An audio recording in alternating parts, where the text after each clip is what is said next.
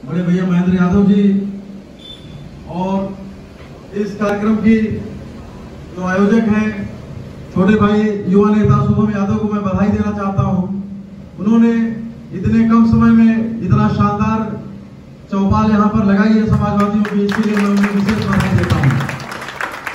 इस सभा में उपस्थित राजमणि यादव जी, पूर्व प्रधान जी, लाल बहादुर बिंद जी, राम सुरमर जी, देवशंकर जी और तमाम सभी लोग हैं।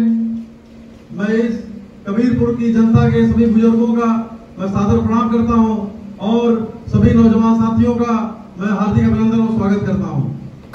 साथियों, ये समाजवादी पार्टी का ये समाजवादी चौपाल कार्यक्रम है जिसमें माननीय राष्ट्रीय अध्यक्ष जी आदरणीय अखिलेश यादव जी के निर्देश पर हम लोगों को गांव-गांव, घर-घर जाना है और समाजवादी नीतियों को जन-जन तक पहुंचाना है। साथियों, इस समय पूरे प्रदेश में समाजवादी पार्टी का आह्वान वितरण कार्यक्रम चल रहा है, जिसमें जिस आह्वान पत्र में आदरणीय अखिलेश यादव जी की जो बड़े बड़े काम थे, बड़ी बड़ी जो उनकी योजनाएं थी, उसका विवरण है।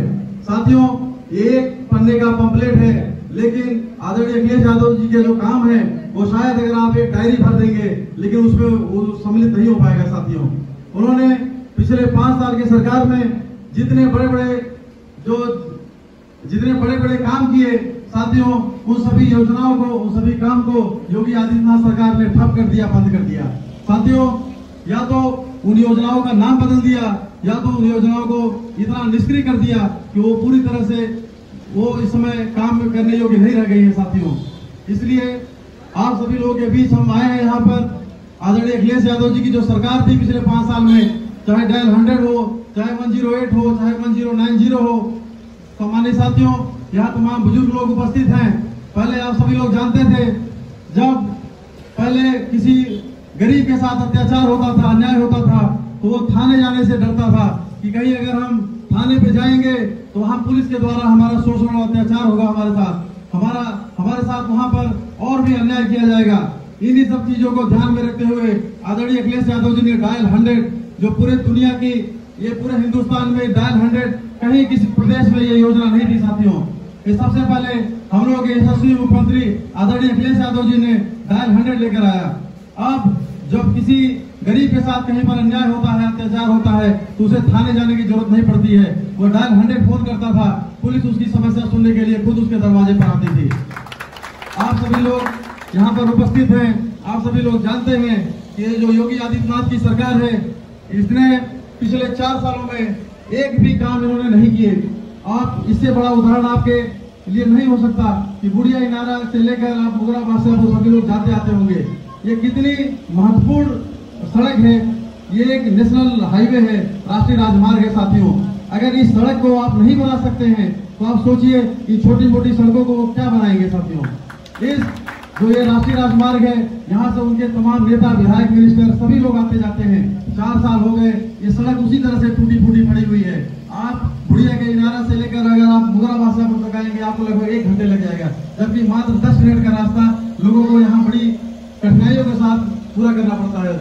इसलिए इस तमाम अपनी बातों के साथ बस ये अपील करने आएंगे। अभी तमाम साथी लोग यहाँ पर भाषण दिए, बड़ी बड़ी जो योजनाएं थी आदरणीय अखिलेश यादव जी की, शायद वो हम आप लोगों के बीच नहीं बता पाए। साथियों, जब आदरणीय अखिलेश यादव जी की सरकार बनी थी तो उन्होंने इस देश में गरीबों से लेकर हर तबके के लिए काम करने का काम किया। साथियों, उन्होंने जो विश्वस्तरीय योजनाएं थी, जो इस पूरे प्रदेश में पहले किसी ने सोचा भी नहीं था। किसी ने नहीं सोचा था कि इस प्रदेश में कभी मेट्रो चलेगी, कभी किसी ने नहीं सोचा था कि हम आगरा एक्सप्रेसवे हम मात्र 5 घंटे में हम यहाँ से दिल्ली बाई रोड पहुंच जाएंगे। ये किसी ने नहीं सोचा था। साथियों, लोग आदरणीय अखिलेश यादव जी के कामों का मजाक बनाते थे, कहते थे इतने बड़े बड़े इन्होंने वादे किए हैं लेकिन पूरे नहीं कर पाएंगे। लेकिन हमें अपने नेता पर अभिमान है, हमें अपने नेता पर गर्व है। उन्होंने जिस तरह से जितने लोकप्रिय काम किए अपने सरकार में, शायद हम उन कामों को जनता तक नहीं पहुंचा पाए। साथियों, आज भारतीय जनता पार्टी के लोग जाति और धार्मिक नफरत फैला करके वो राजनीति करना चाहते हैं। वो हमको आपको जात के नाम पर भिड़ाते हैं और धार्मिक नफरत फैलाते हैं, हिंदू से मुसलमान को लड़ाने का काम करते हैं। इनके पास अपना कोई विजन नहीं है, इनके पास अपनी कोई नीति नहीं है, न इनके पास कोई विकास के कार्यक्रम है। साथियों, ये केवल ये चाहते हैं, जब इनकी सरकार थी तो ये बोला करते थे कि सारे थानों पर यादव का कब्जा है।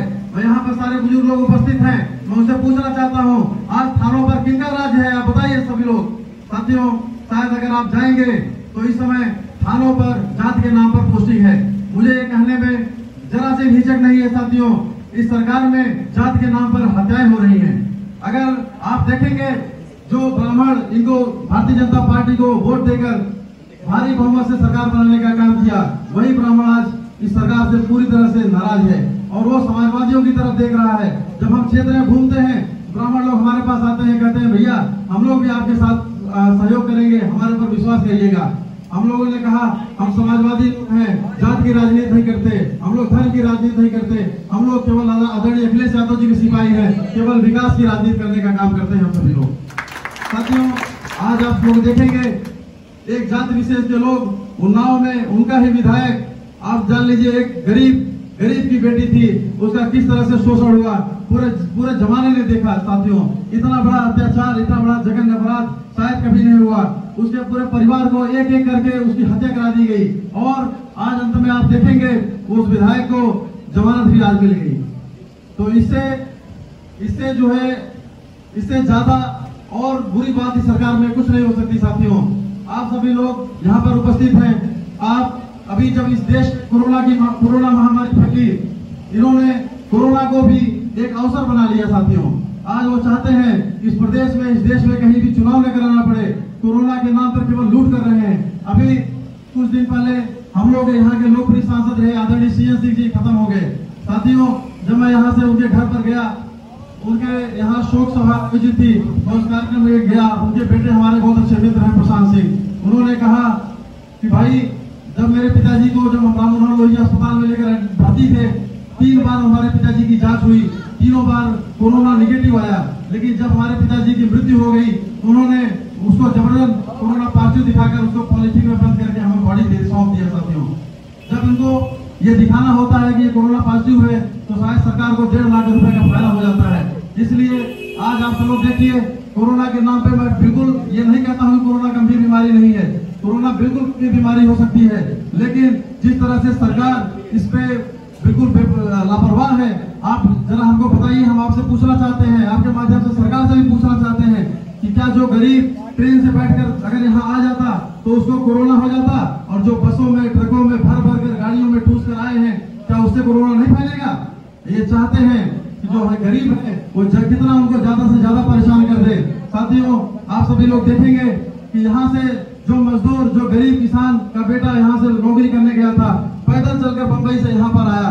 आज आप देख लीजिए, कोरोना के नाम पर ये किस तरह से फिर ये लोग यहाँ से वापस जा रहे हैं, फिर उसी गाड़ी से बैठ कर सब लोग, आप जान लीजिए, लगभग 2 से 2.5 लाख टैक्सी केवल हम लोग के इस उत्तर प्रदेश, महाराष्ट्र से लोग लेकर चले आए। इसलिए आज आप देखेंगे जो इनकी गलत नीतियां थी, चाहे वो नोटबंदी हो, चाहे GST हो, और अभी आप देखिए इन्होंने लॉकडाउन कर दिया। ये जो नीतियां हैं, इससे करोड़ों लोग बेरोजगार हो गए। आज आप देख सकते हैं इस पूरे प्रदेश में किस तरह से गुंडा राज कायम हो गया है। जो नौजवान हैं उनके पास रोजगार नहीं है, जो इतनी बड़ी आबादी है हमारे साथ, हम लोगों के साथ तमाम लड़के इलाहाबाद में पढ़ाई करते हैं। साथियों, जब कोई वैकेंसी ही नहीं आएगी तो वो क्या एग्जाम देंगे, और क्या वो नौकरी करेंगे, और क्या वो अपने माता पिता के सपने को पूरा करेंगे? वो लोग कहते हैं, हमारे घर से माता पिता का फोन आता है कि जल्दी से आप लोग कोई नौकरी क्लियर कर लीजिए।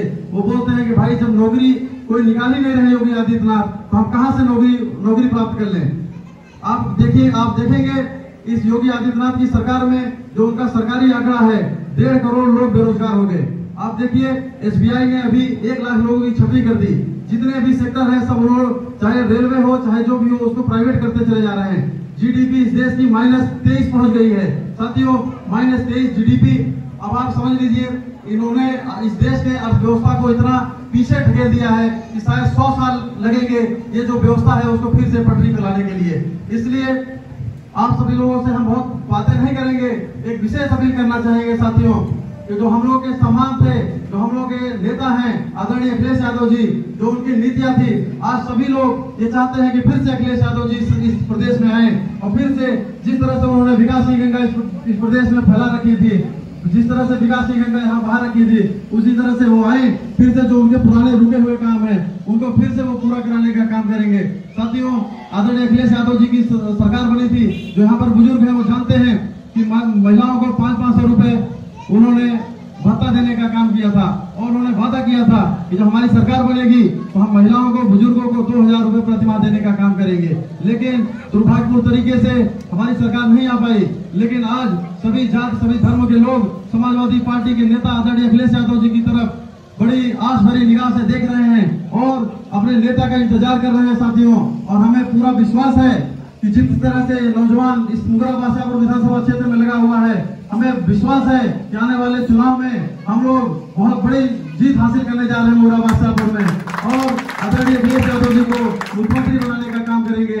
साथियों, जितने भी जिस तरह से मुगरा बादशाहपुर में हम लोग पिछले 20 साल से चुनाव हारते आ रहे हैं, लेकिन ये नौजवान ने यहाँ पर जितनी जल्दी से तैयारी शुरू कर दी है, इसके लिए मैं तमाम साथियों को बहुत बधाई देना चाहता हूँ। साथियों, और हम लोग गांव-गांव, घर-घर जाएंगे, सभी लोगों से मिलेंगे, उनको समझाएंगे कि आदरणीय अखिलेश यादव जी को अगली बार मुख्यमंत्री बना देना। जितने भी काम है, जो भी आप लोगों की कठिनाइयां हैं, अगर वो कोई दूर कर सकता है तो एक नेता है केवल आदरणीय अखिलेश यादव जी, इसके अलावा कोई हमारा उद्धार नहीं कर सकता। साथियों, इसी विशेष निवेदन के साथ आप सभी लोगों को मैं प्रणाम करते हुए अपनी बात को यही समाप्त करता हूँ। बहुत बहुत धन्यवाद।